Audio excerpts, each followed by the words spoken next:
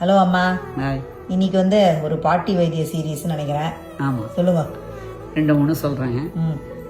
முதல்ல என்னென்னா, அந்த நாளைய வைத்தியம் அப்படின்னா ரொம்ப லூஸ் மோஷன் தண்ணியாக போய் வாமிட்டிங்லாம் போய் ஒரு தண்ணி குடித்தா கூட வயிற்றில் தங்காது.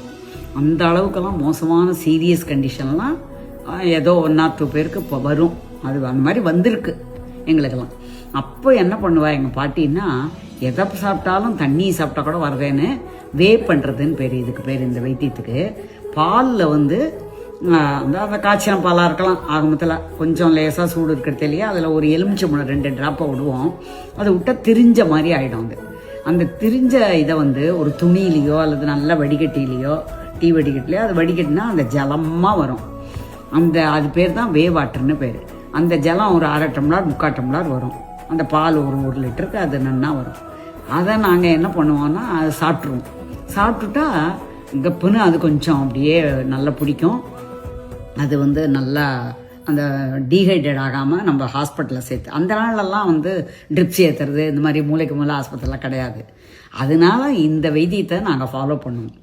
அதுக்கப்புறம் வாமிட்டிங் பண்ணாக்க அந்த ஏலக்காய் ஜலத்தை போட்டு கொடுத்துருவோம். யாருக்கு வாமிட்டிங், குழந்தைக்கோ பெரியவாளுக்கோ, யாருக்கு, அதை குழந்தைன்னா சின்ன குழந்தை இல்லை, ஒரு 10-8 வயசு 10 வயசு குழந்தைக்கு, பெரியவாளுக்கெல்லாம் ஒரு வாமிட்டிங் மாதிரி இப்போ 1 ட்ராப்லேயோ அல்லது வாமிட்டிங் வந்தாலோ, அது ப்ரெக்னென்சி லேடிஸ்க்கு சொல்ல, ஆர்டினரி மனுஷாளுக்கு அவள் என்ன பண்ணோன்னா, அந்த ஏலக்காய் நாளை போட்டு ஜலத்தை கொதிக்க விட்டு நல்லா வச்சுட்டோம்.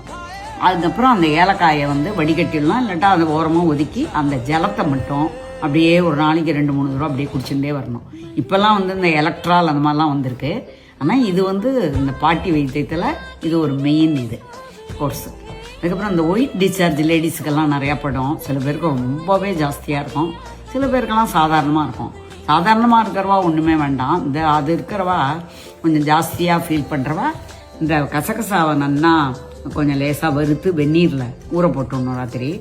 மறுநாள் அதை மிக்சியில் கொஞ்சம், ஏன்னா அது கொஞ்சமாக போட்டாலாம் மசியாது, நிறையா போட்டு கொஞ்சம் விழுதாக அரைச்சி ஃப்ரிட்ஜில் வச்சு விடலாம். அதில் தினம் ஒரு டீஸ்பூன் போட்டு பாலில் விட்டு, அதை கொஞ்சம் சுடுற பாலில் கலக்கலாம், இல்லை கொஞ்சம் கொதிக்க விட்டு அதை சும்மா 1 ரூபா தினம் அது மாதிரி ஒரு 10 நாள் 15 நாள் தொடர்ந்து சாப்பிடலாம் வெறும் வயிற்றுல. சாப்பிட்டா அது உஷ்ணத்தை தணித்து அதுக்கு அந்த ஒரு சக்தி இருக்குது. ஓகேம்மா, தேங்க்யூ.